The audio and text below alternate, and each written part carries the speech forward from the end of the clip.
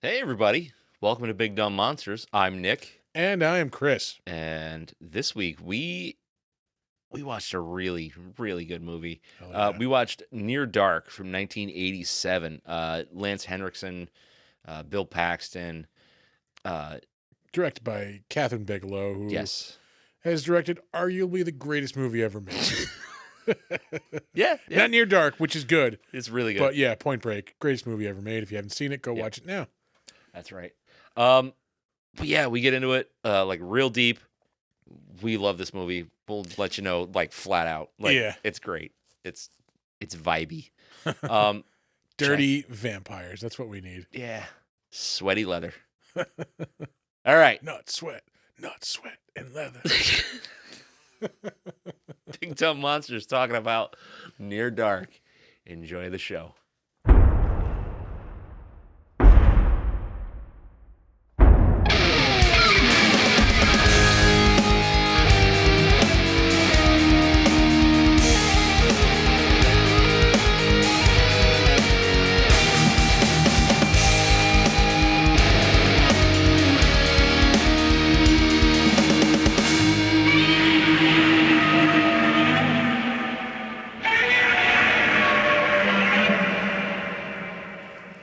All right.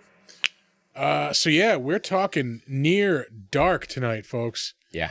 Yeah, this is only the second time I've seen this movie. I think I've maybe seen it 3 or 4. Yeah. But I'm not like in a real crazy high number for it. Yeah. No, the first time I saw this was like during the pandemic. I think we might have, I think it was a movie night. Yeah, I think it was. I'm pretty sure it was. Yeah. I was gonna say, I'm pretty sure we took to the high seas to obtain it at that time. Yeah. I certainly did. Yeah. if you get my drift. Yeah. Yeah, man. I really do enjoy this movie. I liked it, like, I think much more this time than I did the first time. Not to say I didn't like it the first time. I just I appreciate it more now, I think. Yeah. I mean, I'm not going to say it's super deep, but there is a little more to unpack the more you watch it. Yeah. Not a whole lot more than a vampire Western movie. Yeah. But there's a little bit. When I saw the runtime, it's 94 minutes. I was like, oh, yes, like a quick movie. Like, I'm down. Feels a lot longer than that. I kind of wish this was a little bit longer. I do wish there was a little bit more, like, like vampire action, like more of like the bar scene. Yeah. Because I think the bar scene is amazing. Yeah, it is. I want a little more of like Severin, of course, like Bill Paxton. He killed it. Yeah, just knocks it out of the park in this movie. Even a little bit more Lance Henrikson, like, give me more back, because he like hints that, like, he fought for the South in the Civil War. Yeah. Like, give us a little more backstory on him. Like, what's he been doing all this time? Like, yep. This would be an amazing comic book. You could do so much with this in a comic book. Yeah. But I like what we got. Yeah, I mean, the ratio is a little off of the drama to the horror. Yeah. Like the vampire action to him and May. Lance Henrikson is badass, yes. Yes, he is. He's in a movie just called Sasquatch. Or was it Bigfoot. Just okay. Movie just called Bigfoot. Really fucking weird. Yeah, but like all the small town, like just hick shit, I like in this movie.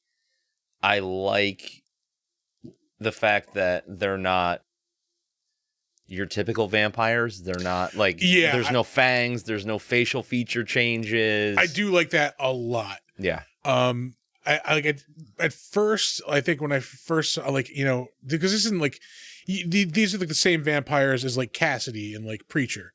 Yeah. Where like he's also not like, like a fangy, like, transform you vampire. Yeah. Like he just is like a dude who just happens to like, eat blood basically. Right. Yeah, well, I mean, like you'll see them, like they gotta feed, they'll slit somebody's throat. Like, yeah. Probably because it's easier. Yeah. Yeah. Like Severin with the spurs, like, yeah. Zing, zing, zing. It's fucking badass. It actually, it reminded me, like we were talking about Terminator. When we were talking about Terminator, we were trying to figure out like if Bill Paxton ever played a bad guy. Yeah. There it is. Yeah. In this, I said he had played a bad guy in Agents of S.H.I.E.L.D. also, but this is way more of a bad I guy. completely forgot that this movie existed. Yeah. Like a lot of people do. Yeah. Yeah, like I think this came out in 1987, so I think this gets overshadowed a lot by The Lost Boys. I think that when people think like 80s vampire movies, like that's the movie. This is the underground hit. Yeah, yeah. Like this failed in the theater. Did it really? Yeah, like bad. I did not know that. There's reasons. We'll get into it in the trivia. All right. But yeah, for a movie that has, I'm gonna say, a decent budget, like it's probably not astronomical as it was an 80s horror movie, but yeah, I mean, you've got good actors in it. I mean, Bill Paxton was kind of early in his career still, but he was doing stuff. He's great in this movie. Like he had done Aliens. Yeah. Like yeah. But yeah, I think it never got the ads that it should have gotten. It never got the reviews that it should have gotten. So it mostly went just unheard of. Yeah. Like I was talking to a bunch of people at work, and I'll fill them in on like what movie I'm going to watch because there's movie buffs at work. Yeah. And I was talking to a couple of guys, and they're like, I've never heard of that movie. And then there's the one like underground horror movie nut that I work with, and he's like, "Oh, I love that movie." Yeah. She's like, He goes, "That's streaming somewhere." It's like, yeah. And just recently too, within the past like year. Yeah. Shudder. Thank you so much. Yeah, exactly. Shudder has really not that much going for it anymore. But when it delivers, like it really delivers. Yeah. Yeah. Like last night they live streamed the Joe Bob Valentine's Day special. I like all the reactions to that over the past day. I've got to watch this as soon as it's available. Yeah. Dude, if you have just AMC Plus that comes with Shudder, you can't watch it. You can't watch it on there. Yeah. Which is bogus. Yeah. Because I'm paying for it and it's included. Yeah. Why can't I fucking watch it? Yeah. So I've got to get rid of AMC Plus and just get Shudder? Yeah. I'm not doing that. Yeah, we're getting way more value out of AMC Plus. Yeah. But that'll stream regular tomorrow. Okay. So I'm going to watch it. Yeah, I do want to watch that. Yeah. People are like, I watched this with my wife. She was horrified. Like, I cannot wait. He performs a wedding ceremony. Does he really? That was part of the the Christmas auction. Yeah, it's right. I remember they had the auction. Yeah. I do remember that. Fucking love Joe Bob. God damn it. Underrated. It's a Western family drama. It is a lot of movies. Yeah, darkly comedic, romance, and obviously a horror movie all in one. It is. Yeah, like I did notice that as I was watching it. It is several movies. Mm-hmm. You do have the family drama with like Jacob and like his family searching for him. It does actually suffer a little bit from identity crisis. Yeah. I think if it nailed some of those down, because like I do want more of like the traveling vampires. Like I could have done with maybe a little bit less with like his family. Like have like maybe like one or two kind of just like allusions to the fact that they're looking for him. So when you run into the girl later on at the hotel, it's like more of a shock, more of like, okay. Like, then you'll go, oh yeah, that's his sister. Yeah. Instead of going, oh, that's his sister at the vending machine. Yeah. I think it would stand to benefit from that. It would have. But I mean, I think Jesus Christ, this was Kathryn Bigelow's first real movie. Second, she did like one before this. We'll get to that part of the show. Yeah, but I mean, for a first time director, you really can't ask for much more. Yeah. Really good job. Yeah. Now, Kathryn Bigelow makes really good fucking movies. She does have some also really clunkers. Awesome. Yeah. It's she swings for the fences, folks. Yeah. What can you say? Yeah. But I mean, like she does have some really good movies under her belt. Yeah. What else does there is to say? I mean, like the effects for the most part are pretty good. They're pretty basic. It's just blood. They are basic. Yeah, blood, and then like a little bit of burning on the vampires. Yeah. And then like when they do get a little bit more technical, that's when you see the cracks. Like the scene that like really does not look good at all is the scene where Homer is burning up in the street at the end. Yeah. And like the fire is just like does not look right at all. Like, no. Yeah, it's like an overlay on top of him. What I do like though is So like they'll do a burn on Yeah. these guys, and then obviously because they're vampires, they're healing. So later on, they're just kind of covered in soot, Yeah. which looks really cool. They're just sweaty and sooty. Yeah. Yeah. So like you can tell that they've been around a fire at least, not necessarily on fire. So it's a good balance. It's not just like they were burned and then clean. Yeah. You know, I like that. Yeah. Like this is a dirty movie. Even when they're not like, dirty from like, fighting or feeding, like they're sweating, just sooty they're and living like, in it. gross. Yeah. Can you imagine what that RV smelled like? Oh God. Oh, you have 5 corpses living in an RV, like Lance Henriksen's undead, unwashed balls. you have fucking Bill Paxton just stewing in nut sweat and leather, like, oh. I think that's my next band name. Nut sweat and leather. That's my favorite fucking Judas Priest song. Nut sweat and leather. Oh God. Oh man.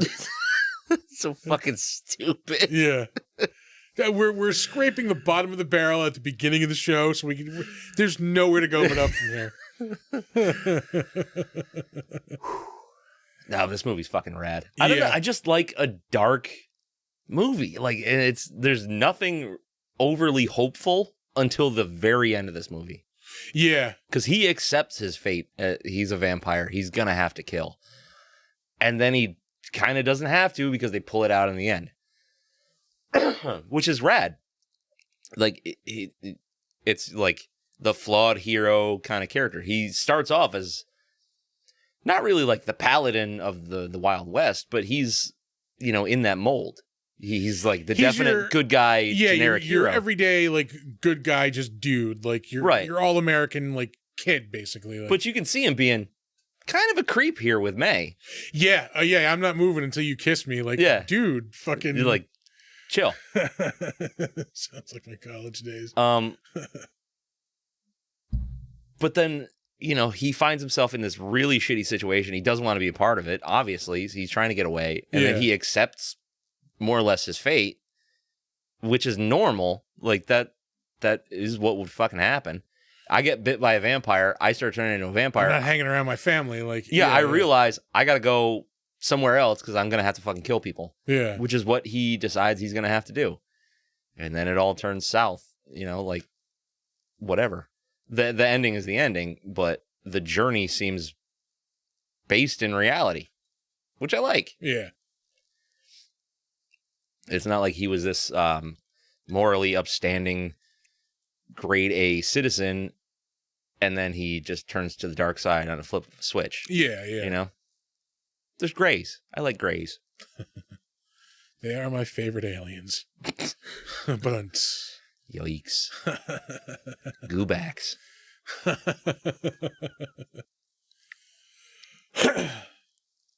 Let's see. What else is there to say about this? It's good. Yeah. I mean, the performances all around, like, really awesome. Yeah. I love the aesthetic. Yeah. Absolutely. They're like fucking punk rock vampires, like you can't beat it. Yeah. I really think like because like, we're still, I think vampire movies still need like a cooling off period because of like Twilight and like all the popularity that they gain there and like just like sparkly goth vampires. Like I think to bring back vampires, we need something like this. Like like that dirty, just gritty, like filthy vampire movie. Yep. That's just like, brutal and just bloody. And, I think that's what we need. Like not this goth, like sparkly vampire bullshit. Like this is what we need. Yeah. They both have merits, but we've gotten way less of this. Yeah. Don't get me. I fucking love Dracula. Like I will always love like that, vampire. Yeah. But like, I think to bring them back into pop, you need to turn him into a fucking monster again. Yeah, exactly. And this is the way to do it. Yeah. I don't want to see a remake of this per se, but like something in the style of, or, like carry on the spirit of this. Yeah. it's probably never going to happen. I mean, No. you'll get it in like maybe a TV show or like something like that, but I don't think we're going to get a movie like this. Because this would be an awesome fucking TV show because like you could do your flashbacks. you have flashbacks. You also have them just traveling. Yeah. So like, you know, there's just different places all the time. Like, Yep. Oh man, that would be an awesome show. Just, yeah, like punk, bloody, filthy vampires just traveling in an RV. Set it in the 80s. Oh, So there's no cell phones. fuck. Yeah. Yeah. Where you could just massacre like a bar full of people and then And just move on. disappear. Yeah. Yeah. No cameras, no phones. Just people living in the best life. People just murdering in the moment, man. I want it. I want it so bad. Jesus Christ. We're going to have to start like content creation. Is that what we're going to do? Yeah. Start just making We're the going to be things that we want. producers. That's what we do. Yes. Yeah. It means you just sit on your ass and tell people what to do. I can do that. We're good at that. I am really good at it. I have kids. You have I no do it idea. all the time. You have no idea how good I am at it. You know the last time I washed a dish was? It's absurd. Oh man. These goddamn kids. I feel like part of this like aesthetic, I hate using that word. Aesthetic? Yeah. Why? It's like it's an overused like hipster word. It is. Yeah, but like But I like I it. mean that I'm using it in a genuine term. You're talking about the aesthetic. You're not saying The this look of is this aesthetic. The look of like the vampires was ripped off for like Spike and Drusilla a little bit, like in Buffy. Yeah. How like they always traveled like in a car with the spray painted black windows that Oh they yeah. were covered up like that. Like yeah, that was like, and he even drove with like a blanket on sometimes like that. Oh really? Yeah. I never watched that much Buffy. Oh, I love that show. Yeah, I mean they're a little inconsistent in the daylight things in this. Yeah, It's yeah. like, I think there's daylight coming through that fucking Yeah, van. like nobody's getting burned, but yet like when Bill Paxton like pulls the curtain back in the hotel, he's instantly just roasted like all over his face. Right. He starts screaming, "Daylight!" Yeah. Homer is a weird character in this, and I like Yeah. what they did with him.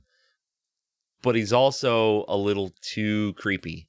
Yeah, like what did he want with Jacob's sister? Did he want to turn her or did he just want to eat her? Like what was the deal? Yeah. What sounded like he wanted to turn her because, so according to the kind of story that he lays out, he turned May.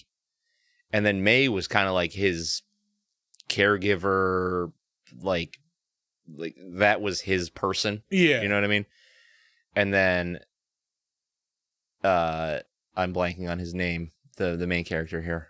Jesse? Nope, that's Jacob. I think he was Jacob. the main vampire. Yeah. he comes around and he basically steals May away from him. So he's jealous of that relationship. He doesn't have that anymore. Okay. So he was going to turn her, his sister. But it's weird because he wants to be treated kind of like an adult because he is mentally. Yeah. You've got basically the thing from Interview with a Vampire where you've got the child's body with the adult inside. Yeah, the mental adult in it. The mental adult. The mental adult. Yeah. But then what is he doing being fascinated by this, like, 10-year-old girl? By a child. Yeah. Is that like a weird pedophilia thing? Is it he maybe still feels like a kid because the body is a kid, Yeah. but he's got the mentality of an adult? Who knows? So that's a little weird and kind of off-putting. Mm-hmm. Not a deal breaker or anything. Just kind of an unresolved thing. Oh, man. This is a really awesome movie. Yeah. It's just... It's just fucking gross. And it's not overly gory. It's not... Yeah, no. I mean, it is brutal because of their mindsets and the way they go about doing things, but it's not a gore fest. It's There not is blood, gratuitously gory, obviously, yeah. but it's almost more of a... It kind of feels like an old gangster flick, like a Bonnie and Clyde kind of thing. You know what I mean? They're just on the run criminals. Yeah. Which I guess could fall into that like Western thing too. There's Western stories like that. I don't know. It's just good. Yeah. It's just fucking good. It's a damn good movie. Like, it's just, it's a small stakes movie too, which is something that doesn't get made a lot. Every like big, action movie or a lot of movies in general have to end with like this world-ending plot. Yeah, I don't need that. Yeah, exactly. Like, this is just we're just a group of vampires. We just travel around. We kill people. That's all we want to do. We just want to keep doing that. Yeah. We're not looking to take over the world. We just. You're getting that a lot with vampire movies too. It's like they're part of this giant conglomeration of vampires, and they're gonna try to take out the mortals or turn them into farm food and shit like that. I don't want that. I don't need that. Like, it's cool once, twice. Every vampire movie doesn't need to be that. Every vampire show doesn't need to be that. I don't need a war with other mythological creatures. Yeah, just be vampires. Just kill people. Like, that's it. Get back to basics.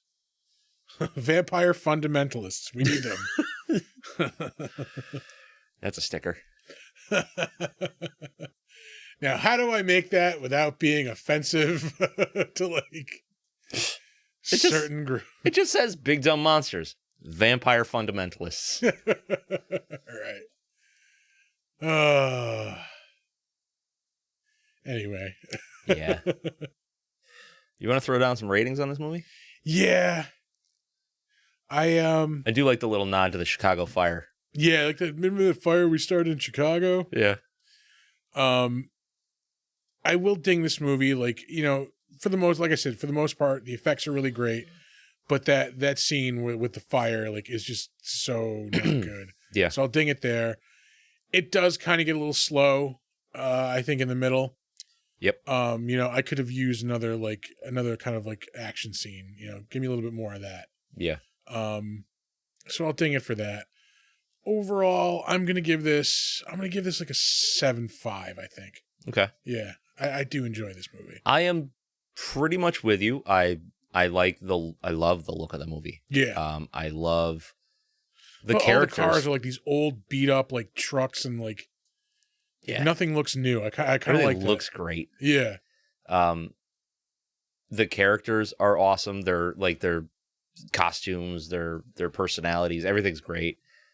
Acting is good.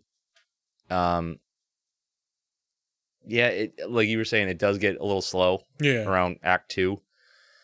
I think it has a big case of identity crisis. Yeah. I forgot to mention that too. Like, pick a lane and run with it. Like, you're kind of all over the place. Yeah. So yeah, I'm 7.5 sounds good. Yeah. I'm like torn between 7.5, but yeah, 7.5. There's definitely room for improvement, but man, it's a good watch. Yeah. Like, it's not like it's not like a throw it on and kind of walk away from it kind of movie. Yeah. But you also don't have to be glued to it. Yeah. There's enough going on. You can kind of pick it up if you got to get a game of Snap in real quick. I could have done with like 50% less like sick acting from Adrian Pasdar. Yep. Like, a little much. Bring it in a little bit, dude. Like, yeah. The whole movie. Like, all right, dude. Yeah, he spends about half of this movie looking like he's about to yak. Yeah. Which, I mean, hey, the director's telling him to do that. But yeah, come on. Yeah. Come on. Yeah, but when he's like really sweaty looking like this in this scene in the bus station. Yeah.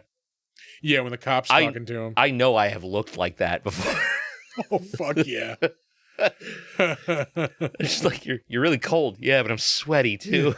Like a gas station, buying snacks at like 3:30 in the morning. Mm-hmm. Like, yeah, I have definitely looked like that. Yeah. Foul. That's foul.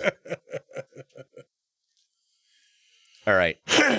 You You ready to move on to trivia? Let's move on to the trivia. All right, we're going to do some trivia here. I'm going to move on from this Guinness. To your next Guinness. I'm going to take an interlude and re-up my membership to the club. Oh, shit. Getting real. Yeah. Real drunk. All right, folks, before we get to the trivia segment of the podcast, we want to take a second to tell you about our friends over at Newsly.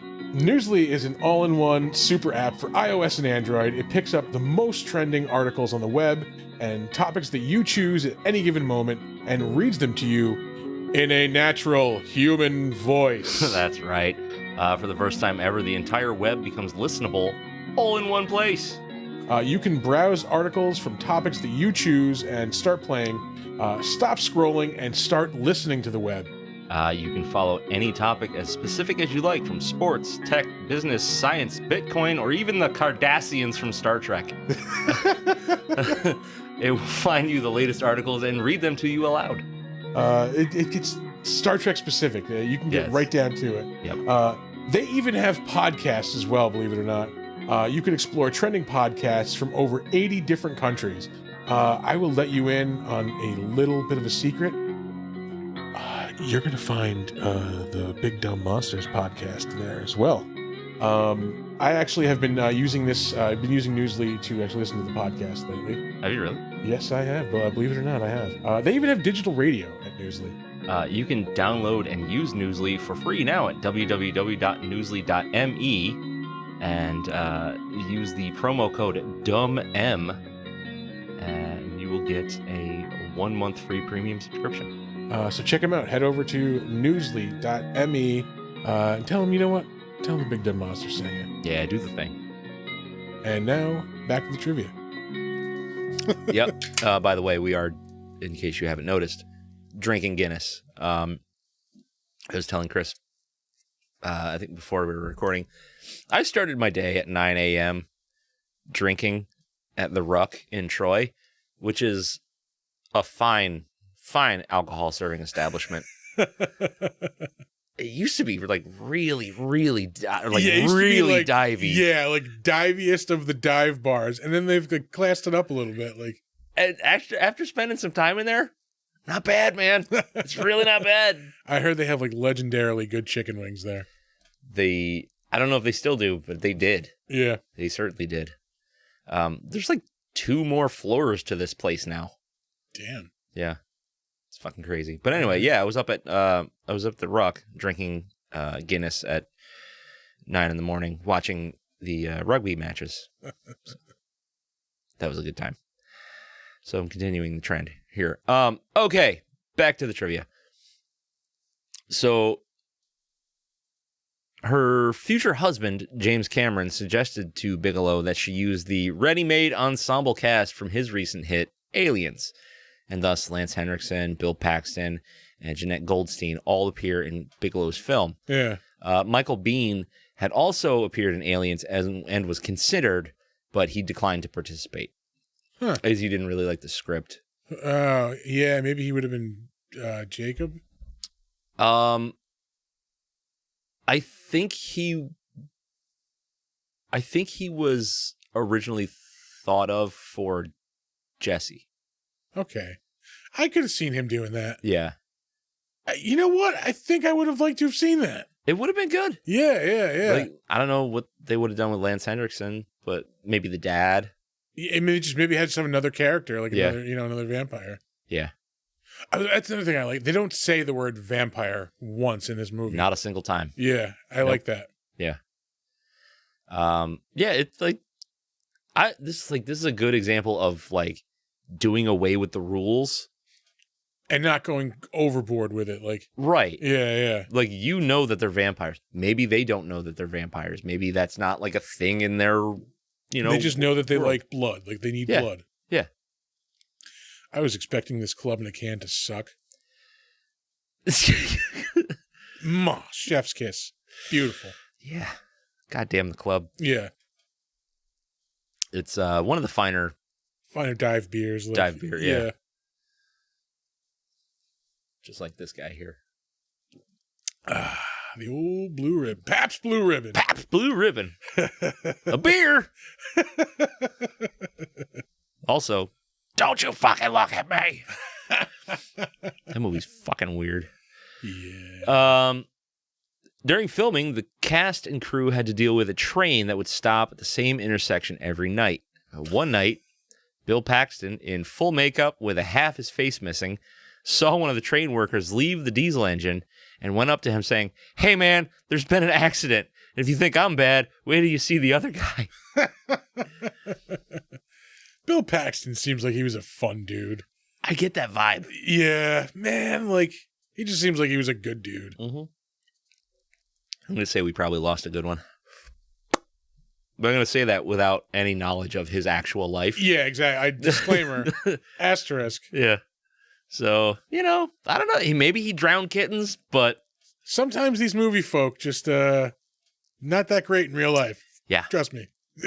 Don't meet your heroes, folks. Yeah. While shooting in the desert, Lance Henrikson relieved the boredom between takes by hopping in his car and taking short drives through the desert, still in costume and often staying in character. According to Henrikson and Bill Paxton, the two were stopped by a policeman who became unnerved, questioning Henrikson about his speeding so much that the officer became visibly uncomfortable, stepping back and placing his hand on his firearm. I feel like there's another movie where they just told Lance Henrikson, just show up in your normal clothes. Yeah, just show up what you're normally going to wear. And that's what he got in the closet, Did you notice his fingernails in this movie? Yeah.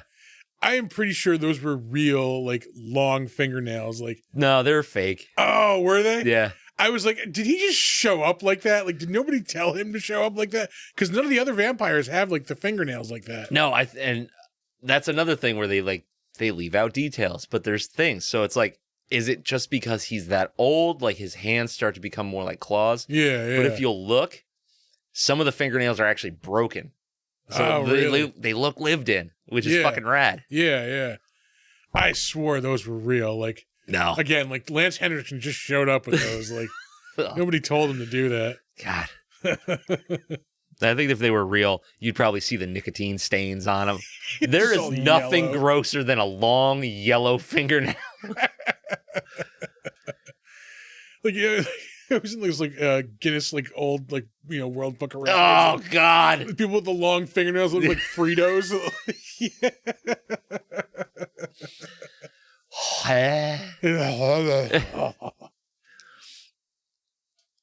Oh, God, I can't do that. Ugh. Long fingernails on their own creep me out. Yeah. Nicotine stain them, I'm fucking out. I don't know what's worse, like a nicotine stained fingernail or a finger. Oh, like brown fingers. Like,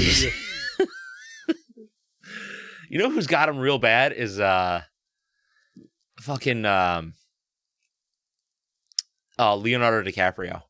Oh, really? Yeah. I never noticed. I don't know if it's like maybe it's a thing that he had for like a movie. That he was like just like chain smoking in that movie and it fucking nastied up his fingers. Grimy ass fingers. So nasty. You nasty. Nasty motherfucker. So both Johnny Depp and D.B. Sweeney auditioned for the role of Caleb, which is his name, not Jacob. Jacob, Caleb, whatever. Yeah, you got a dumb name anyway. Yeah. It's whatever. Fucking hayseed. Fucking Okie. I'm a vampire. Just fucking go with it, man. Just be a vampire. Yeah. Bitch. Sleep all day, party all night, babe. Exactly. Hang out with Bill Paxton. Yeah. Cool ass character. According to the making of Near Dark that appears on the DVD, the fog under Adrian Pasdar's shirt was caused by a complicated series of tubes leading to 5 lit cigars under his shirt. Which I imagine they would not do anymore. Yeah. We had to hire a cigar smoking chimp to get all these ready for the shot. Just like a cigar fluffer. Yeah. Just a chimp smoking cigars in between takes. We need another one. Give him another one. Like, yeah. I imagine it's just the chimp from the fucking Krusty the Clown show, right? It's Mr. Teeny. Mr.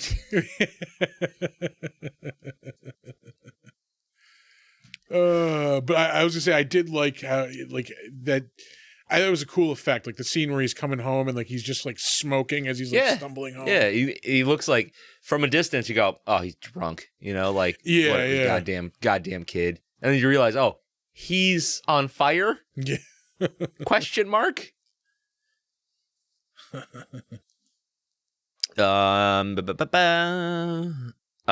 was the last movie produced and released by DEG, as the studio went bankrupt. As a result, the film did not receive much publicity during its release in the fall of 1987, which led in turn to its box office failure. Huh. Okay. Which is why nobody knows about this fucking movie. Yeah. That sucks. Yeah, this is one of those ones where like I only found it because I was looking for like vampire movies. Like I was specifically searching vampire movies and through like all these IMDb lists that people put together, and just if it was a title that I had seen before, I was just gonna go past it. And it's like I see this, and it's got that cool cover with Bill Paxton full of bullet holes and shit. Like, all burned up. Yeah, like I gotta watch that. And then it was hell to try to find it. Yeah, because it was nowhere for a very long time. Yeah. Both of the two 1987 movies about a family of attractive vampires who lure a young man and make him into a half vampire before he seeks a cure. Near Dark and Lost Boys feature a son of Jason Miller, who is fucking horror royalty. He was Father Karras in The Exorcist. Oh, okay. Yeah. Both feature a son of Jason Miller in their cast. Joshua John Miller is in Near Dark, and his half-brother, Jason Patrick, is in The Lost Boys. No shit. Yeah. Okay. So, thanks, Exorcist. Yeah. For getting that dude laid and, giving us two kids who'd act in vampire movies. Well, yeah, because we got, the father and the sons. Fucking great horror movies. Yeah. All three of them. Yeah. I said The Lost Boys like overshadowed this. I think like Lost Boys is the glitzy hair band version of this. This is the dirty like rock club vampire movie. Yeah, I was gonna say like I think I like this better, but I don't think it's a fair comparison because they are like such different like characterizations of vampires, Yeah, what was Lost Boys? Schumacher? Yeah. Yeah. That shows. Like everything's neon and slightly not homophobic, but homoerotic. Yeah. Whereas this one is just like a down and dirty, we keep saying like this is a punk rock fucking movie. Yeah. And maybe not musically, but the vibe of it. See, like this is a scene I think sorry to interrupt, but like I think this would have been a cool extended scene. Like give me more of this. Like this would have been a cool action sequence. Them disarming the dudes who try to Lance Henrikson and Diamondback. Yeah. The guys who try to carjack them. Yeah. I love that she's like playing into it. Yeah. He's just playing it cool. He's like, I'm gonna rip your fucking arms off. Basically. It's like, God damn, he's so cool. I fucking love Lance Henrikson. I keep saying Henrikson because like that's the way it's Henrikson. Huh, all right. My mouth wants to do it differently. Yeah, I think I've always said Henrikson. Yeah. Holy shit. Henrikson is the gin. That's Hendrix. Holy shit. I've been wrong about two things. Ah! All right. This is going to be our last IMDb trivia fact here. When Caleb lets the young cowboy from the bar get away, a billboard can be seen in the background with spray paint. It says Bill and Louise. Bill Paxton, who plays Severin, was married to Louise Newberry. Aww. Again, just a solid dude. Yeah. Seems like he'd be an awesome guy. Like, he seems like the like the dude who'd like invite you over for like a barbecue on like a Saturday afternoon. Like, come on over. Like we're having people over. Yeah, I got extra steaks. Yeah. We're going to Bill Paxton's house. Like, fuck. Oh man. There we go. Like, where's the mouse? It's right there. Yeah. We will move on to the next segment of the show, the better known as. I'm not saying. Oh God! What do you do? Yeah, I'm not saying we need a fourth screen, but I'm just saying we now have the capability to add a fourth screen. We do. We don't need a fourth screen. We do. Director Kathryn Bigelow. Again, like she has directed some fucking classic movies. Yeah. One above all others, in my opinion. We'll get to that in a moment. Some of the recent stuff not quite as well known. Looks like she has a movie, a movie in development, Aurora. A lot of shorts. Her last movie was 2017, Detroit. Before that though was Zero Dark 30. Well, she did another short. Sorry, I'm stumbling all over this. You shit, yeah. certainly are. Let's compose, reel it in, and refocus. Zero Dark 30 was in 2012. I think she was nominated for like best director. I think maybe. I think you're right. Yeah, that might have been that movie best was picture. Huge. I have not seen that movie, but modern war movies don't really do much for me. Yeah, like. And I don't want to take anything away from them because they are well crafted and they tell a good story. But my God, they appeal to that 5-finger death punch crowd. Yes, that's my issue is like a lot of modern movies are really towing that line between like I don't entertainment and propaganda. I don't need things that make more dudes in trailer parks who have never been in the military say "got your six." Yeah. Exactly. I don't need it. And if you live in a trailer park, that's fine. It's totally fine. But you know the guy I'm talking about. Yeah. Like a lot of the newer and it's even to the point where like a lot of these movies are like paid for by like the Army or the Navy. Fuck yeah, they are. Yeah. So like I can't support propaganda. Like I know it's our propaganda, but and it is, and the old war movies were exactly the same. But I'm not living in that current time. You know what I mean? Yeah. I'm sure there were people that felt the way I feel about modern ones that dudes felt about, John Wayne World War II movies. Yeah. It's probably the same damn thing. Yeah. But yeah, I'm not saying I don't want any war movies at all. Like there's a way to do them where it's not like, oh, I'm just watching a recruiting video, basically. Like, yeah. And we're getting too many recruiting videos, I think. Anyway, before Zero Dark 30, she also directed The Hurt Locker, which was also a fucking, monster of a movie. I think that also got like best picture, or she maybe got. I think that won a bunch of awards. Yeah. If I'm remembering correctly. That was a really good movie also. I've seen, and that was a good movie. Because that wasn't like propaganda. That was anti-propaganda. Yeah, this was like a dude like. That was PTSD, the movie. Yeah, my life is fucked up because of what I do. Like, like the only time I feel anything is doing this. But at the same, like, to the point where he can't enjoy like his family life, like shit like that. Like, that's not like, that's what I want to see. Like, Yeah. Sorry, my eyes itch. Yeah, that's fine. Anyway, she directed an episode of the Karen Sisko show. That was 2004. K-19, The Widowmaker. That was a Harrison Ford like sub movie, I believe. 2002. Was it Harrison Ford? I don't know. I'm talking out of my head. It was. Yep. Yeah, and Liam Neeson. How about that?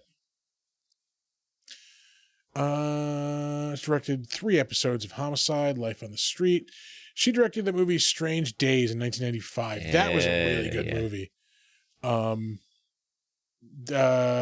That's not Ray Fiennes. Joseph Fiennes, I think, isn't it? I don't know. I don't remember. That was 1995. Yeah, Joseph Fiennes. Where are the names? Who are the... No, it is Ray Fiennes. Ralph Fiennes. Yeah. Juliette Lewis. My name Tom is Ray. Sizemore. No, your name is Ralph. Yeah, whatever, Ralph. Michael Wincott. I would have loved to have asked Tom Sizemore about this movie had I actually given the opportunity. Hey, did that fall through? Yeah. Did you not get the opportunity to speak to him? Tom went to the bathroom and had to go home early that day.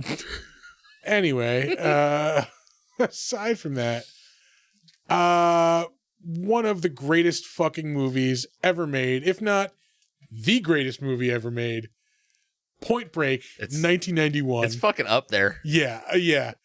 I don't know, dude. I rewatched Roadhouse and I was like, I was gonna mention Roadhouse. Yeah.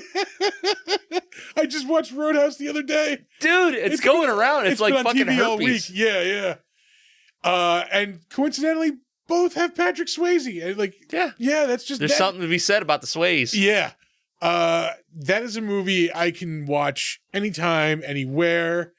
I've seen it a million times. I will watch it a million more times. Roadhouse? You know or what? Point Break? Either one. Yes. Interchangeable at this point. Yes. Yeah. Point Break. Yeah. One of my favorites. It's just such a moment in time. Yeah. A snapshot of like, yep, that was 1991. 1991. Yep, that's 91. Yeah. Mm-hmm. I was 12. Like, that's all. Yep, I get it. You were 12. That movie came out. I understand. Yeah. Yep. Yeah. That's where your crush on Lori Petty started. No, she's always kind of like weirded me That out. was Tank Girl for me. Little dudeish, little mannish. Hey, Each their own. But when you're a young kid and you see Lori Petty in Tank Girl, yeah, and you're into like weird alt shit, it's your thing. Yeah. Listen, Tank Girl and The Craft just woke things in me, okay? Yeah. Oh, yeah. I don't know what to tell you, man. I hear you on The Craft. And remind me, I just saw like Fairuza Balk is doing like convention appearances. Oh, yeah? Remind me to get on Sam about that. Yeah. Anyway, Point Break. If for some reason you haven't seen, I have to specify the original Point Break. I don't recognize this remake Point Break. Nope. Take that garbage and get the fuck out. I do not recognize your movie. No. Nope. You do not exist. There's only one Point Break. I will not even attempt to watch it. No. If somebody's going to watch it, I will leave the room. Yeah. Nope. Never. That will never enter my eyes. Dare you sully. Yeah. Sully Point Break. Now I want a meatball sandwich. Utah. Two. Kathryn Bigelow also directed Blue Steel, which we've mentioned on here quite a few times. Oddly enough, yes. Yeah, that movie shows up a lot for some reason on this show. She also directed a New Order music video. That was also 1987, right after this.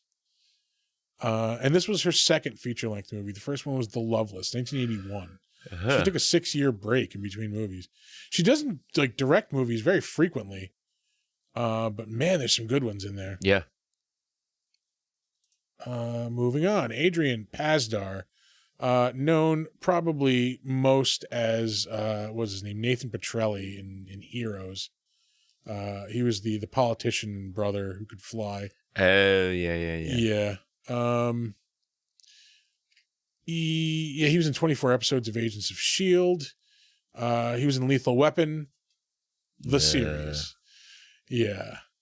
He apparently has voiced Iron Man for years on various Marvel animated projects. Yeah. 76 episodes of Avengers Assemble, 9 episodes of Ultimate Spider-Man. He's done a lot of animated voice work. Transformers, more Marvel, let's see, Disney Infinity, Iron Man again, Hulk, Disney Infinity, Iron Man. Yeah. So if you've heard Iron Man in the last 20 years. Yeah, and you haven't visually been looking at Robert Downey Jr., it's probably been Adrian Pasdar. Yeah. He was in 3 episodes of Burn Notice. Yeah, look, he even did Iron Man 3, the official game. Yeah. You'd think they would have brought on You know, Robert Downey Jr. Even in 2013, I don't think they had RDJ money. No. Young Justice, he was Hugo Strange, 2 episodes. Marvel anime. That was on Spike, I think, maybe? I think you are correct. It wasn't G4. I think it was Spike, where they showed those Marvel anime shows, and man, they fucking sucked. Sure did. He actually voiced Captain America in an animated Black Panther miniseries in 2010. Yeah.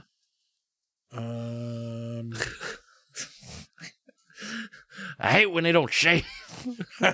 Shit, we're up to the bar scene already. God damn. He was in the 2000s Twilight Zone revival. He was in a Dixie Chicks video. He was married to Natalie Maines for a while. Oh, yeah? Yeah. From the Dixie Chicks, of course. One of the chicks. Yeah.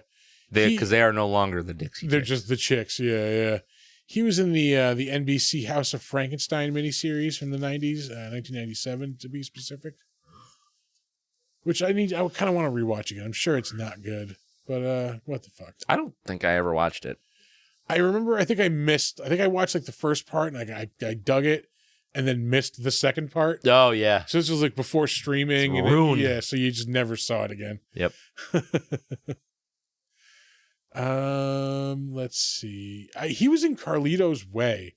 I do not remember that. I don't think I've seen Carlito's Way more than twice in Really? my life. Yeah. And that would have been in the 90s. I fucking love Carlito's Way. Say what you will about Pacino in his overacting years, but god damn, he really knocked some of those out of the park. He's great at gangster flicks. Yeah. Him playing a Hispanic gangster, can't go wrong. I did just rewatch Scarface the other day. I do not like Scarface. Really? I don't think it's as good as everybody gives it credit for. It really is not. But it's got a better reputation than it is a movie. Yeah, it's good to throw on every now and again. What it is hip-hop culture really latched onto it. Yeah, and that blew it up, yeah. And that's where its reputation really comes from. Where else are you going to get F. Murray Abraham and fucking Frank Loja playing Cubans? At least he wasn't hawking orange juice. Stephen Bauer, fucking... None of you people are Cuban. Not a one. Anyway, Adrian Pasdar's first movie, Top Gun, 1986. That's a way to start a career. Yeah, start off on top. Good job. Jenny Wright, she played May in this movie. Yeah, she was in stuff here and there. I did not realize. She was in The Lawnmower Man, 1992. She is in Young Guns too. She's the redhead like hooker, the one that like rides off naked on the horse. Oh shit! Yeah, I did not realize that. I'm like, oh fuck. Huh? Yeah, Jane Greathouse. That was her. I saw Twister. It is not. That is not that Twister. Yeah, no, 1989 Twister. Other than this, though, she was in St. Elmo's Fire, 1985. She is in the Pink Floyd The Wall movie. She's the blonde girl that the fucking main character hooks up with at one point. It was 1982.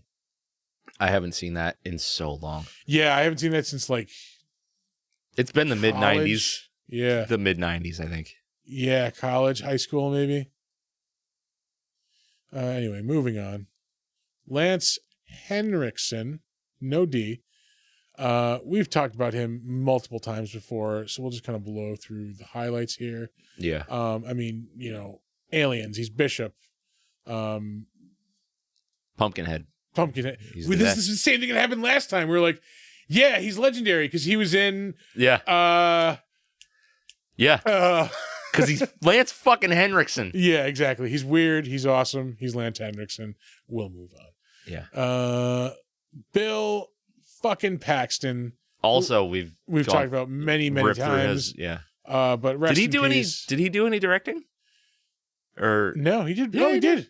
5 directing projects. What did he direct? Short.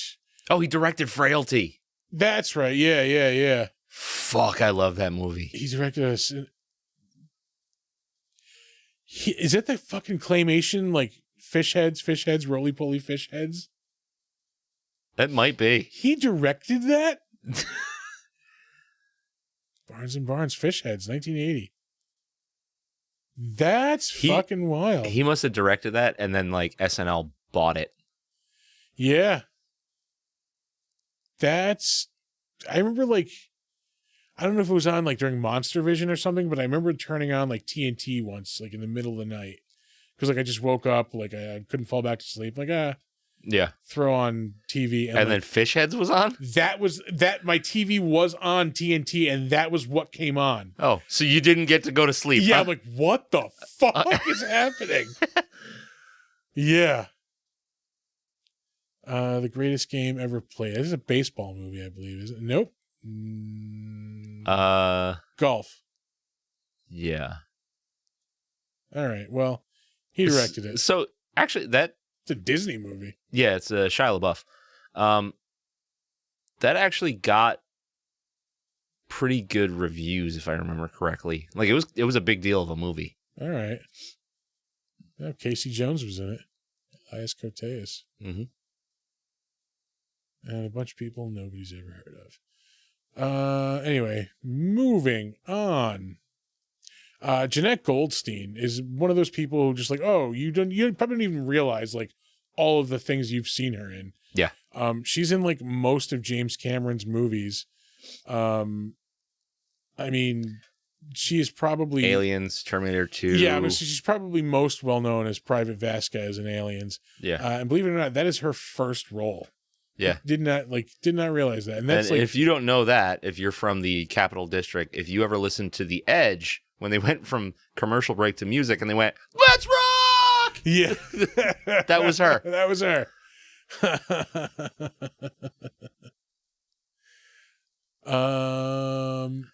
Let's see. She was also in she was in an episode of Alias.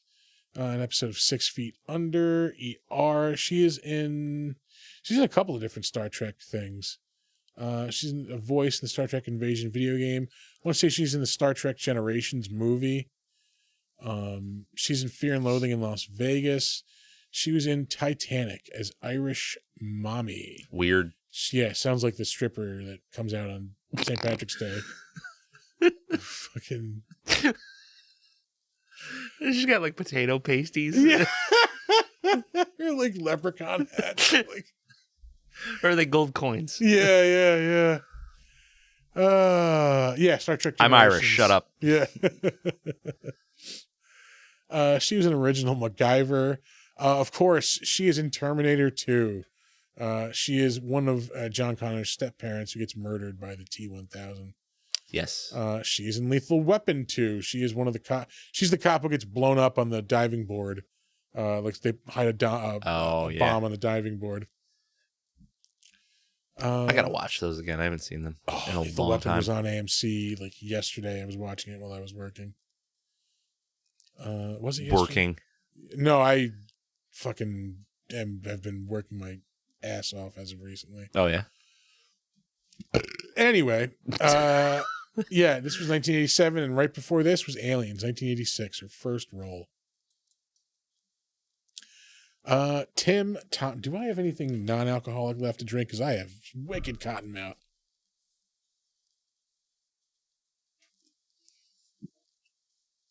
That is streaming magic right there, folks. Yeah.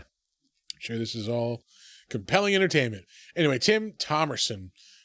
He was Caleb's dad, not Jacob. It ends in a B, whatever. Fucking basically the same name. Yeah. Who gives a shit?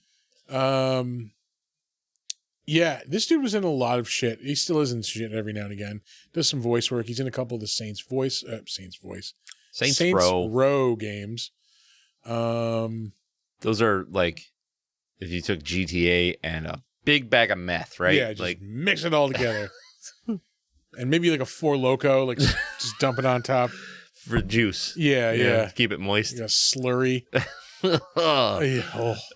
He was in the Homefront video game 2011. I have that, and I love the soundtrack for that, but I don't like the control schemes of that game. I remember being very just okay. Yeah. I remember being very short too. Yeah. I remember like it doesn't really like by the time it gets going is when it ends basically. Let us see. He was also in Evil Bong, playing the character of Jack Death. Is a character he popularized. Well, I wouldn't say popularized, but he played more than once. Yeah, played in the Trancers series of movies. Sasquatch Mountain. Oh, maybe that's the one I was thinking of with Lance Henrikson. His name's Eli Van Cleef. What? Yeah. That's the guy from the Dollars trilogy. Let's Lee Van Cleef. Well, it's Eli. Eli Wallach. Eli Wallach and Lee Van Cleef. Van Cleef. Yeah.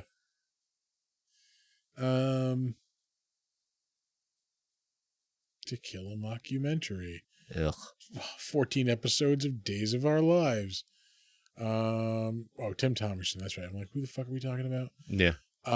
He's in those Trancers movies. Like they were like these like low budget, like 80s and 90s. Like I think most of them went straight to video, if not all of them.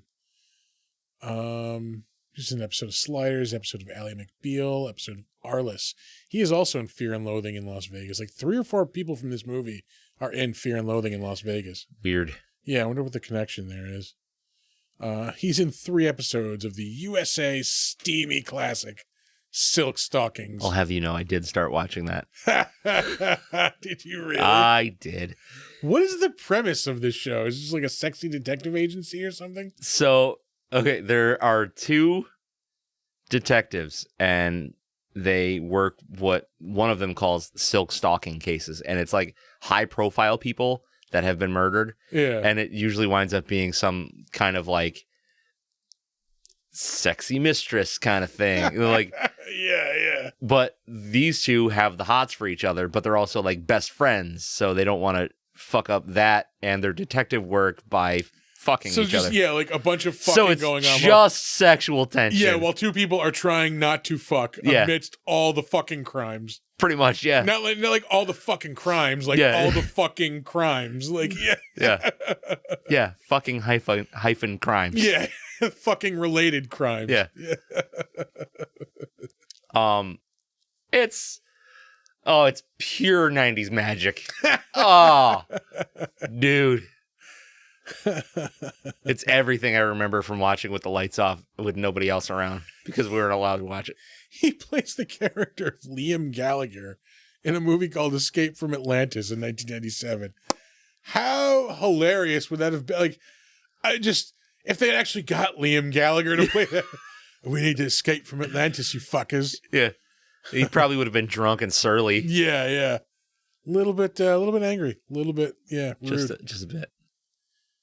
Probably talking a lot of shit about his brother, too. Oh, Viper. Knight Rider with a Viper. Yep. He was in an episode of Walker, Texas Ranger. Walker told me I have AIDS. They played that on Conan O'Brien like all the time, didn't they? Yeah. He had the Walker, Texas Ranger like lever. Yeah. Yeah. Ching! I love Conan, but like I couldn't watch that every night. Like it was just so absurd. Oh, there was a while I was watching it every night. It's just too much. Yeah. Too much for me. Now the idea of like tuning into a TV show at 1:30 or even 12:30 at night now, like yeah. Shit changes when you get old, folks. Yeah. He was in an episode of Baywatch, which shows up quite a few times this evening in our credits as well. He was in an episode of The Golden Girls. He was in an episode of the original Flash. In twice, 1985 and 1990, he was in Murder, She Wrote, playing Burt Rogers and Lieutenant Clyde Pitts. Yeah. 21 Jump Street, Moonlighting, Who's Harry Crumb. God damn. Oh, I haven't seen that movie in so long. That one goes under the radar a lot. Yeah, like I forgot how great John Candy is. Like, 'cause, you know, his movies aren't on a lot anymore. They're really not, yeah. Although Uncle Buck was on the other day. It's the first time I've watched Uncle Oh. Buck from start to finish in a very long time. Yeah. Oh my god. You're not my niece. Just watching him flip that fucking pancake with the snow shovel.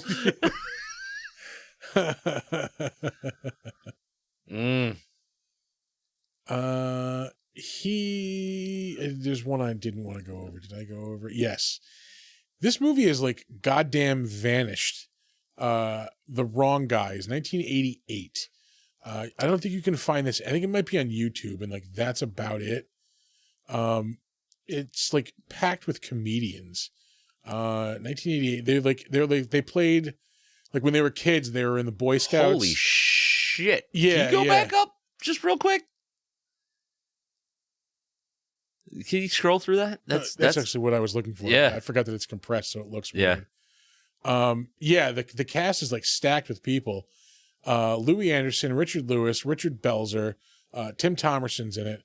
Brian James is in it, who's like a dude who's in a lot of like 80s like action like cop movies. Yeah. John Goodman is the bad guy in it. Ernie Hudson's in it. Is there anybody else like known? Timothy Van Patten. Josh Saviano, who is Paul Schaefer. Jonathan Brandis is also in it. Rita Rudner. Damn. Yeah, that's really it for the known people. Art LaFleur. Yeah, they were like Boy Scouts. And then like when they're old, for some reason, when they're older, they all get back together and like go on the same like trip that they went on when they were Boy Scouts, the same like camping trip. Yeah. And like there's some kind of like drug deal or something that they like stumble across. And yeah, I remember being hilarious. And I probably haven't seen it since like the mid 90s. Yeah. So it could not be hilarious. And that's probably why it's not anywhere to watch. Yeah. It looked like it was rated PG, so. I remember it being hysterical. Yeah. Fucking Richard Belzer. Nobody remembers that he's a comedian. He was a comedian. Stand-up comedian. Yeah.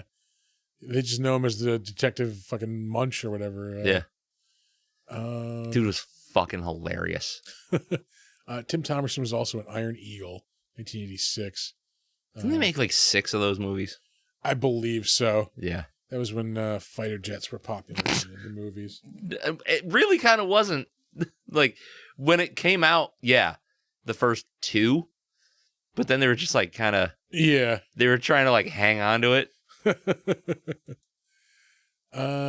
Moving on. Joshua John Miller, who played Homer in this. Really not in a lot of stuff. He's smoking a lot of cigarettes for a little kid here. Yeah. He has written, he's the writer, developed by also, so he's creator of it. That show Queen of the South. 62 episodes. I don't know what that is. I want to say it was on like TNT maybe or something like that. Yeah. Southern Mafia type of show. Oh. Yeah. Okay. The Wizard of Gore. Is that a remake? 2007. Because I want to say that was an old horror movie. I don't know. It doesn't say. That's upsetting. Speaking of upsetting people, Crispin Glover and Jeffrey Combs are just unsettling dudes. Yeah. One of them I would actually probably hang out with. Jeffrey Combs? Yeah. Combs, however you want to say Combs. it. Yeah.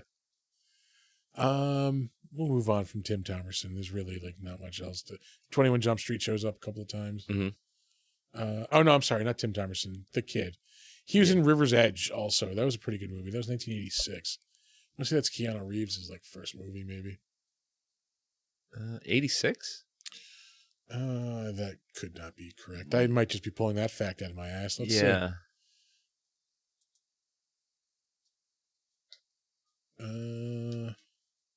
See all bullshit. Nope, definitely not. Yeah. 84 is when he starts. Well, I mean, that was TV. Youngblood, 85. Or 86. So you're in the right year. He had a fucking powerful 86. Yeah, big year for Keanu. Babes in Toyland. I remember that. I think Drew Barrymore's in that also. Wasn't that? Why are we looking at Keanu Reeves? Oh, because we wanted to know if that was his first movie. Wasn't Babes in Toyland like an 80s hair band? I think you might be right. I think I am. I was almost positive. What's that song that they sing? My sister had one of their cassettes like recorded. I want to say they sing like a novelty type of song. Was that the one that was like, I don't want to go to school today? Maybe? Like, you do your thing. Yeah. To the internet. Yeah. We were talking about Homer. We're moving on. Yeah. Next up, we have Troy Evans, who is another one of those actors who's like, oh, that guy. Like, you've seen him in a lot of movies, never really like starring in anything. He's always like a kind of like a goofy cop. He was in a couple episodes of Veep. So goofy congressman in that one instance, I guess. He is in Things. Hannah Montana. He was in an episode. He was in 129 episodes of ER. They were a all-girl grunge band, by the way. Okay. He was in the Black Dahlia movie. That was 2006. CSI Miami. Becker. Yeah. It's in the Reba McEntire show entitled Reba. Not gonna lie to you. I've seen a lot of that show. It's just not my demographic. It wasn't like my mom watched it like a lot. Yeah. Because, Reba is a fucking queen. So I would just be like hanging out with my mom and she would just have it on. Yeah. He was also in Fear and Loathing in Las Vegas. Jesus Christ. He's the police chief in the scene where Johnny Depp like he goes to like cover a convention and he's obviously all fucked up on drugs and like it's all police chiefs. Yep. Yeah, it was a fucking police convention. Yeah. You can tell a pot addict by the cum stains on their pants from constantly jacking off. He looks down, he's got the stains on his pants. I don't love that movie. Oh, I dig that movie. The book is better. Like yeah. But it's also there's really weird like dry spots in the book. Yeah. I the Johnny Depp movie I fucking love. No, it is good. Yeah. He was also in Murder, She Wrote, 1994. So towards the end of the series. Was it 96? I think it ended. Yeah. Yeah. He is most famously known from Ace Ventura: Pet Detective. He is Roger Podacter, the coach that like jumps off gets thrown off the fucking balcony. Yeah. He's also in the Steven Seagal goddamn classic Under Siege, 1992. He is in 2 episodes of Tales from the Crypt. Ooh. Yeah, I looked up both of them. One's the one that always shows up for some reason. The one with Demi Moore and fucking Jeffrey Tambor. That one shows up all the time. Yeah. Not sure why.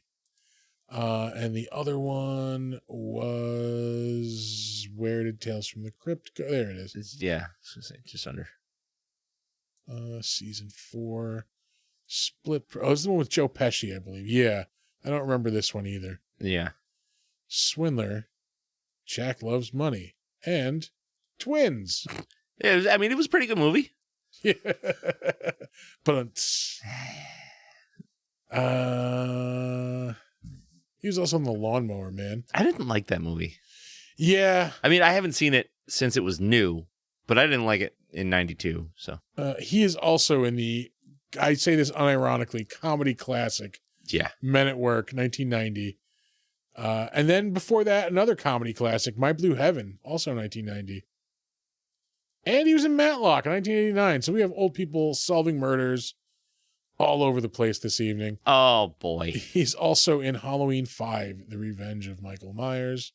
A lot of people hold that era of Halloween in high regard. Like the Danielle Harris movies. And Yeah. I think Paul Rudd's in that one too, isn't he? No. Was He's it in was one it of that them. one? I think it's that one. It might have been that one. Yeah. I don't like them. They're forgettable, like just slasher movies. Like, you know, they're cashing in on Oh, like, now there's a psychic link between Michael Myers and somebody else. I don't give a shit. Yeah. Yeah. I don't know. Like Halloween, not going to lie. 1 and 2. Even those, not like my favorites. I mean, I understand they're good, Yeah. but I don't have like that nostalgia or sentimentality for them that a lot of people do. They're just, Yeah. I get it. Like, all right. It's just, and I get that, like, it started like the slasher genre, but it's just too generic, I think, for me. Like, Yeah. it's just, I don't know. I guess there were a couple of slashers before that. Like, like Silent Night, Deadly Night was before that, which I guess is kind of a slasher, but what are you going to do? Yeah. But I love it. I love Halloween 1 and 2. I mean, those are obviously the best. I find them all to be watchable. Yeah, well, except for the latter era ones. Halloween. The last two just sucked balls. I liked the first 2. Third one was ass. The first one was good. The second one, that's the one where they're like beating him in the street with like irons and like fucking. Yeah. Everything up to the end of that was decent. Yeah. And then that last one was But they could have done this whole thing with that first movie and killed him at the end of that first movie. Yeah, it would have been way better. Would have been chef kiss perfect. I don't know if you can give a movie a Michelin star, but that'd be it. I would have got it. We will move on. All right, so we're at the transfusion scene. How the hell does he know that having a blood transfusion is going to do anything for him? Yeah. Also, where the fuck is he getting a transfusion from? It looked like his dad was donating some blood to him. Yeah. Not enough to completely replace his blood. Yeah. Move on. Roger Aaron Brown, who was in this movie as someone. He's the truck driver. Oh, yeah. Yeah. Sorry. He's done some voice work in a couple of the Assassin's Creed games. He did some voice work in Dying Light, which was a really good game. I love that game. Oh, the second one is on sale right now, and I'm so tempted to buy it. Yeah, I haven't played that one. Let's see. Seeking a Friend for the End of the World. He's in an episode of Supernatural. He does some voices in Disney's The Princess and the Frog. I'm not really seeing anything other than TV here, man. Yeah, there's a reason. Is there? Trust me. He is in another one of the greatest movies ever fucking made. He's in the Ferris Bueller knockoff Parker Lewis Can't Lose. He is in Matlock, solving old people solving more Father murders. Dowling.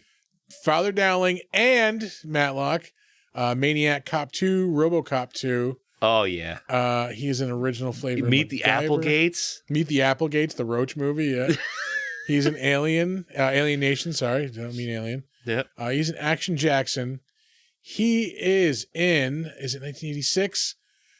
Cobra! Fuck yeah! The Sylvester Stallone classic. You can throw that right in with the argument of greatest movies ever made. Fucking Cobra. I can't. Cobra is a classic. It's classic and it's awesome. Yeah. Greatest ever made? Greatest movies ever made. It's Point Break, Roadhouse, Cobra. Yeah. I stopped watching movies in 1991. Yeah. Can you tell? I really just wanted to get. He's also in Star Trek: The Motion Picture. Oh, great! It was a terrible movie. Yeah, I love Star Trek. That movie sucked ass. Moving on, Thomas Wagner. He was the bartender in this. Seems like an old dude. That was his first role as the bartender. God damn. Yeah, he's been in some shit since then, though. He was in a couple episodes, or in one episode of Felicity. He was in that horror movie Pinocchio's Revenge, 1996. Ugh. Melrose Place, ER, L.A. Law. I want to say there was like something that stood out. He was in an episode of Seinfeld. He is also in My Blue Heaven. All right, so I have this weird brain thing. So every time I hear L.A. Law, I think L.A. Gear, and then I think shitty sneakers. Shitty gear sneakers. That only like girls wore with like acid wash jeans. Like yeah. All you young people out there, you Don't might get that not. reference, You don't know yeah. what L.A. Gear Yeah. is. You also don't know what L.A. Law is, but Same types of girls that listen to L.A. Guns. fuck you, L.A. Guns is awesome. Dude, we will fight. They were always just knockoff fucking Guns N' Roses, like when I was a kid, as far as I remember anyway. And not really, because they were around first. Were they really? Tracy Guns used to be in Hollywood Roses, which was the band that was an amalgamation that split off into Guns N' Roses and Yeah. LA Guns. Okay. Yeah. Fuck you, I know stuff. He was in the Al Pacino movie Sea of Love in 1989. Al Pacino and Ellen Barkin. And that's really about it for the notable stuff. This was his first movie. Action Jackson. Robert Winley. When I was watching this today, when they were in the bar, and I'm like, is that dude the guy that Arnold Schwarzenegger steals his clothes in Terminator 2? Yeah. Sure enough, it is. Yeah. Definitely. It is absolutely that guy. Your clothes, your boots, your bike. He is in an episode of Walker, Texas Ranger. But yeah, Pinocchio's Revenge shows up again. He's also in the Adventures of Briscoe County Jr. Great show. Yeah. But yeah, like I was watching, I'm like, is that the same guy? And like, yeah, sure enough. Stone motherfucking Cold. Oh yeah, no shit, he is in Stone Cold. Along with Lance Henrikson, yeah. Also, greatest movies ever made, Stone Cold. Yeah, I'll give you that one. He's in an episode of Tales from the Crypt. It's the first episode of Tales from the Crypt, The Man Who Was Death. It's about the dude on death row. Get back to our credits here. Pale Rider. Sledgehammer. His first episode was Pale Rider, 1985.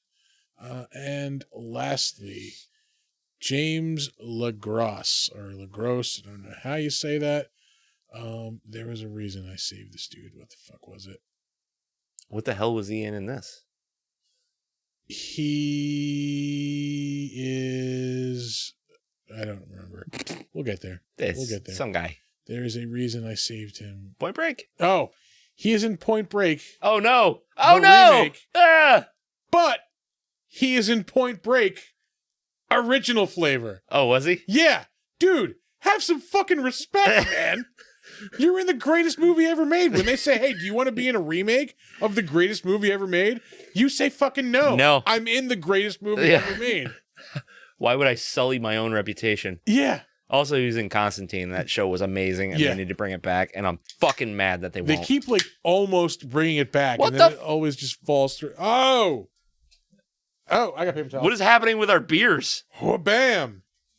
Thank you. Yeah, we keep having beer explosions. This didn't get on the mat this week. I wonder if the garage is getting, like, super cold when the heat is not on and affecting the beer. Maybe. It gets, like, into the 40s in here.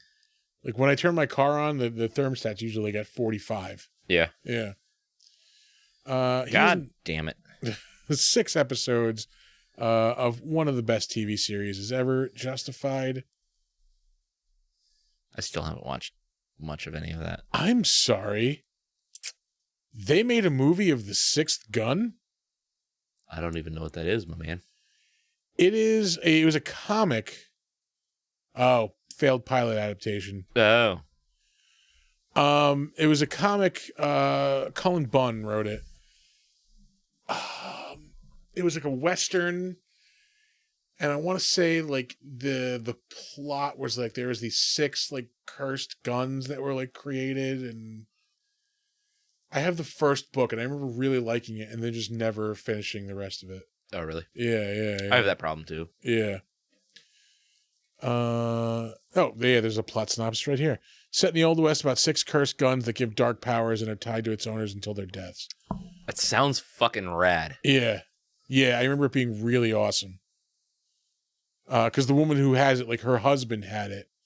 And then, like, he gets killed. And, like, she just picks up the gun, like, as he gets killed. Yeah. And, like, yeah, she's, like, tied to it. Check out The Sixth Gun if you're looking for a reading recommendation. Yeah. All right. Yeah, and yeah, you know what? We'll end it there. I don't think this dude was in anything else, really. I just wanted to point out that he was in the shitty Point Break and the only Point Break that I will recognize. And Point Break. Yeah. But that'll do it for the Better Known As segment of the show. Yeah. As we move on to the crapshoot. Yeah, that's it.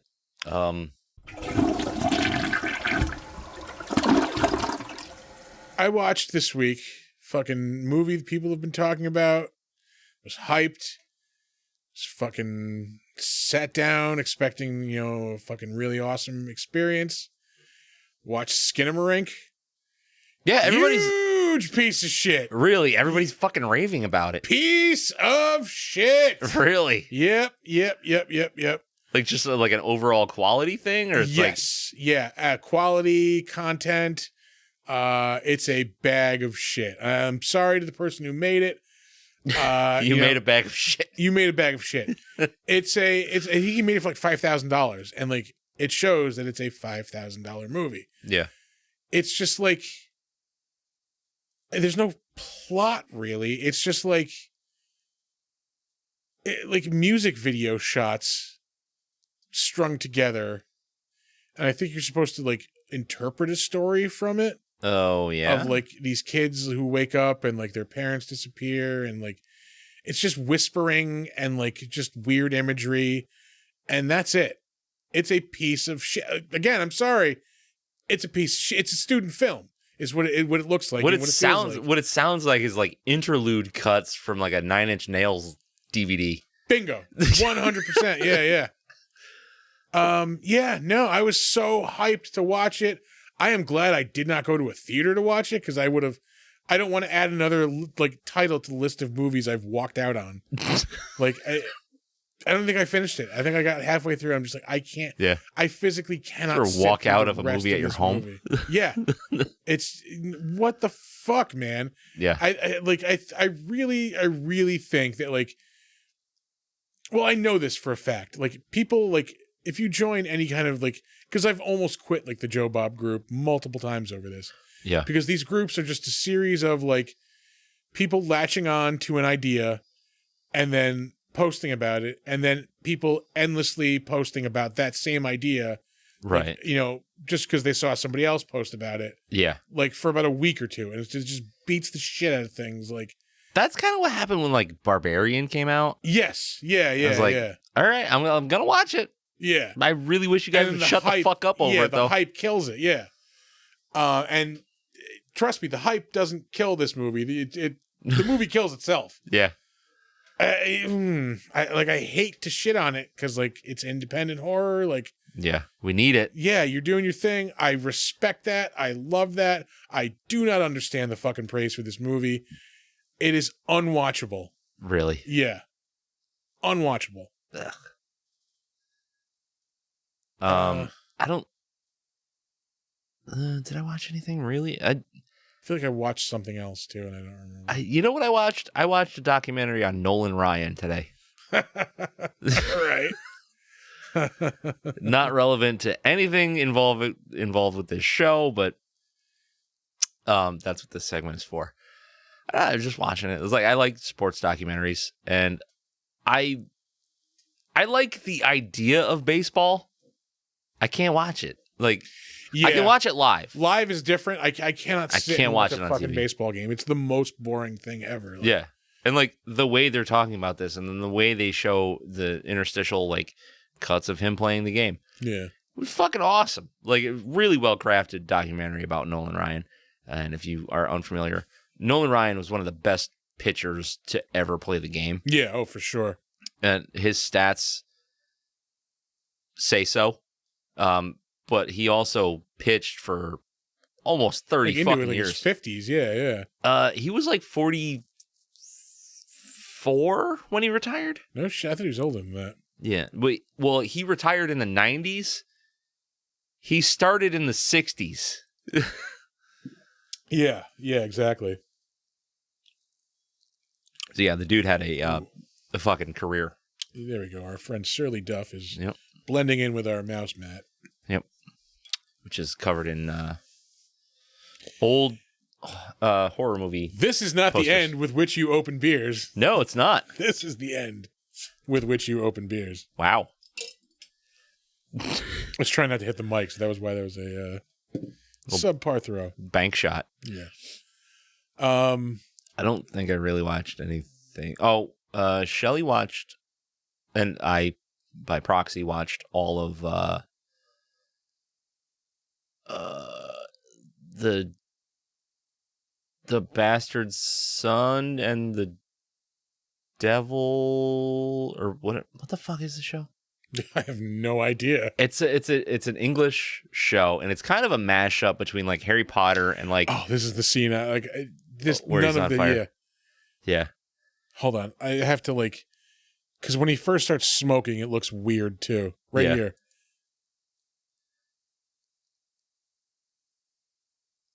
Like it's cartoon smoke. Yeah. Yeah, that does they not look overlaid good. that. But anyway, it's it's a weird like mashup between like Harry Potter and the Magicians. Okay. If you ever watched that show. This is sexy Harry Potter. Pretty much, yeah. Yeah. It's not bad. It's pretty decent show. All right. The effects were good. The story was decent that they're telling. I mean, that's really kind of all there was to it. There's a really, really weird kind of pedo-y vibe to a thing. Oh, right. Yeah. It involves a character who's 16, like days away from turning 17, and somebody who is probably 30. You know, like It's still creepy as fuck. Either way, any way you look at it, yeah, creepy as fuck. yeah. Obviously, the actors were all above Yeah, age, but everything's cool. But the story they're telling, not great. That's really my one gripe with the show. Like, I don't like this. This is not good. This sets a poor standard. Examples were made. I will fucking recommend Last of Us. I still haven't watched it. Oh my god, man! Like, yeah, they when they, I think we talked about this when it first came out. Like right before it came out, I said the reviews are incredible, saying it's in a class of its own. When it comes to video game adaptations, and I don't even think you can call it a video game adaptation. Really? Because it's so fucking good. Yeah. It's just of such good quality. They released this week's episode early. They released it last night because of the Super Bowl. Oh yeah, because they don't want it. Yeah. And which is fucking smart. Yeah, absolutely. They've really the zombies are just kind of okay, there are zombies in this universe. That's really it's not like the world, even The Walking Dead kind of got away from that, but zombies are kind of at the forefront. Where in this is it's all about the people, and then oh yeah, fuck, we're in a world where there's zombies. Yeah. So this whole episode last night is just about fucking Joel and Ellie trying to they're just they're making their way through the US trying to get to where they're going. Mm-hmm. And they meet up with these two people, this guy and his son, and they're just kind of they get along and everything's great, and they're in this town where they're hunting down the people who were friendly to the federal troops and stuff who were running things before. Yeah. So this dude was one of them, and it's just him and his kid, and he's trying to get out, and they're it's just it's the four of them. It's Joel and Ellie and the guy and the kid.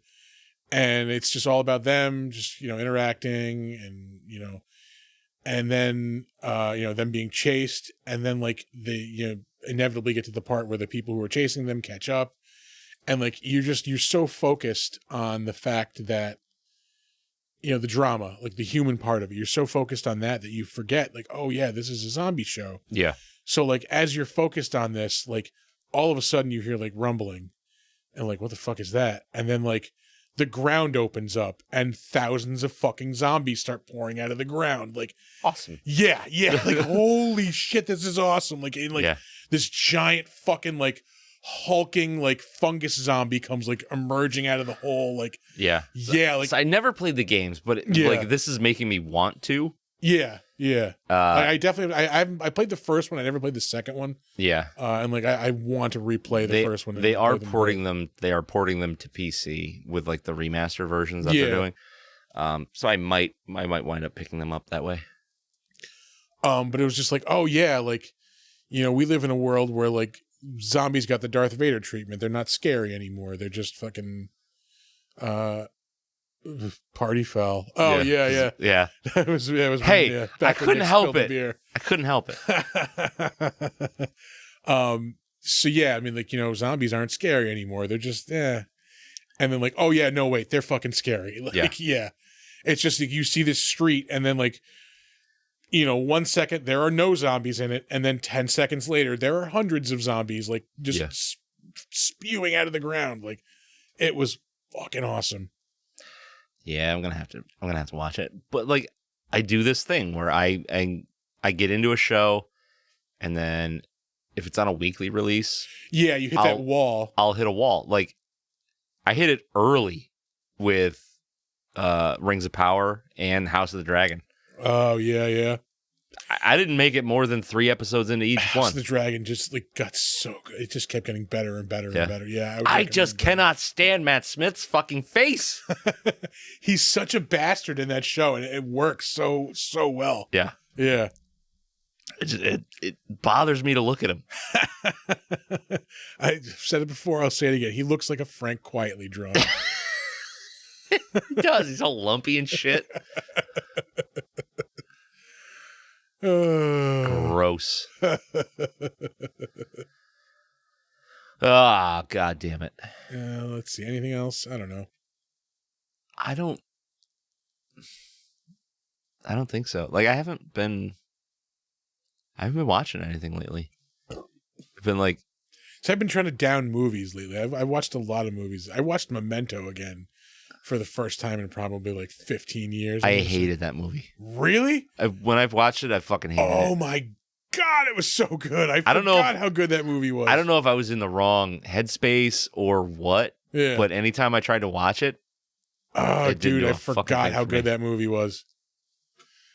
There you go. Put the paper towels behind the TV screen. There you go. I don't know. What else have I feel like I watched something old. Did you? Yeah, I don't remember. I don't know. Last week and this week kind of blurred together. So I was like, oh, I watched Cincinnati Kid. Wait, I talked about that last week. I watched Dead Ringers. Oh, wait, I talked about that last week. Yeah. No, I think the majority of the anything that I watched was with Shelly when she was watching that show. Yeah. That might be a good place to wrap it up. Yeah, I think we're pretty good here. We're talked out for the evening, I believe. Yeah. Tapped out. Excited for the Super Bowl tomorrow. Yes. Excited to not go anywhere and sit in my house and eat some chips and watch football. Yeah, I have not planned snack-wise well. I have to fucking go to the store early tomorrow because it's going to be a shit show. If it hasn't already been a shit show. I don't know. Shelly went grocery shopping before I came over here, and she didn't seem like she was ready to murder anybody, so it may not have been that bad. Sign. Yeah. Yeah, I want to go early in the morning, get some fucking snacks. Yep. I got shit to make hummus. I'm going to make some hummus. You're going to make hummus? I made hummus last week, and it was delicious. Yeah? Yeah, it was surprisingly easy. Well, yeah, I mean, it's chickpeas, tahini, and whatever the fuck spices you want to put in it. Yeah. So yeah, I think I'm making some of that. Yeah, that's tomorrow. That's tomorrow's I should make problem. chili. I haven't made chili in a minute. Chili is ruined for me. My mother made the best chili. Okay. Dude, she would make a pot of chili and you could stand the fucking wooden spoon upright in it and it wouldn't move. Yeah. Nobody touches that fucking chili. I'll try it. I'll give anybody's chili a chance. Yeah. I'm always let down. Yeah, see, like I've always liked chili, but like nobody in my family ever like made it. Yeah. So like somewhere in my teens, like I just like became the guy who made chili in our family. Like Yeah. And then like over the years, like it's progressed where like, I started making it was just like, how do you make chili? All right. Ground beef and then like 2 packets of this chili mix and like, fucking some beans. Yeah. Whereas now I don't need fucking mix. I don't need a recipe. You just do wing it. Yeah. That's what chili's supposed to be. Yeah. I know what goes in it. Like it's just, to the point where I don't even use like canned tomatoes anymore. I use fresh tomatoes when I make it. Like, yeah. Bougie bitch. Yeah. Oh yeah. I want to start making my own sauce. Yeah. Like I kind of have started like learning how to cook tomatoes a little more. When did we become a cooking podcast? Whatever. Fuck it. I want to make my own tomato. I want to take a pile of tomatoes and make them tomato sauce. Yeah. Like, yeah. Yeah. I want to do that. I just don't have I don't know what it is. Like, I have the ambition. Like, I can buy a bunch of shit. Yeah. The thing is, I don't want to spend an entire day making sauce and then have it suck. Yeah, that's the thing. Yeah. I can go pop and open a jar of ragu and like, it's going to be pretty good. Like, it's all right. Yeah. Yeah. I slave over the fucking stove for 6 hours to make sauce that tastes like buttholes. Like you ever like I've run across these people where like my sauce has to cook for like 3 days and it always tastes like burned shit whenever you taste it. Like no it doesn't. You need it takes like 20 minutes to like an hour to make tomato sauce, man. Like if you really want to drag it out, like ugh. Yeah. There's why is this brown? Like, yeah. It's carbonara. No, it's carbon. It's fucking gross is what it is. Fuck you if you make sauce that way. I started making the sauce 2 days ago. Nope. Did your feet touch these tomatoes? Yeah. Did they? Like living in a fucking medieval tavern, like making forever stew. Nothing needs to cook that long. Yeah. Gross. All right, God damn it. Yeah. Now I'm hungry. Yeah. Fuck. Dude, I have been dying for like some fucking hot dogs lately. I almost went to Gus's today because I wanted hot dogs. See, I would never go to Gus's. I want hot dogs. How about Gus's? And like, how about go fuck yourself? Why is any decent Speaking hot dog of place burnt, around here not open on Sunday? What the fuck is that? Like, why can't we have hot dogs on Sunday? Charlie's has got to be open on a Sunday. There is one hot dog Charlie's open. I think it's like in Troy or there's one in Waterville Elite. I think maybe that's the one. I think that's the one that may be open on Sundays. Yeah, it's over by the gas station. But like they're like bottom of the barrel for me, or like as far as the hot dog joints go around here. Yeah, but they're quick and easy, and I like them. I don't typically get the meat sauce. See, I don't like Sabrett hot dogs. Those like snappy, like yeah, no, that's where it's at. Yeah, no, I don't like Sabretts. Taste them all fucking day, like. Wow. If you're not burping garlic 2 days after, you didn't eat fucking hot dogs. Maybe we'll just go buy some hot dogs and make them tomorrow. Chili dogs. I like Famous Lunch. Yeah, Famous Lunch is good. That's my if I don't go to Gus's, I go to Famous Lunch. I'll never go to Gus's. I like Gus's. Why? I don't know. I like Gus's. I don't know. It's good. I don't know.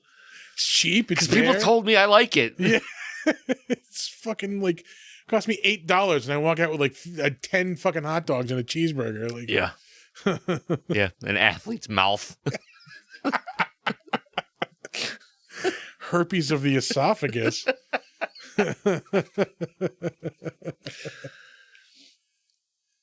Oh my god!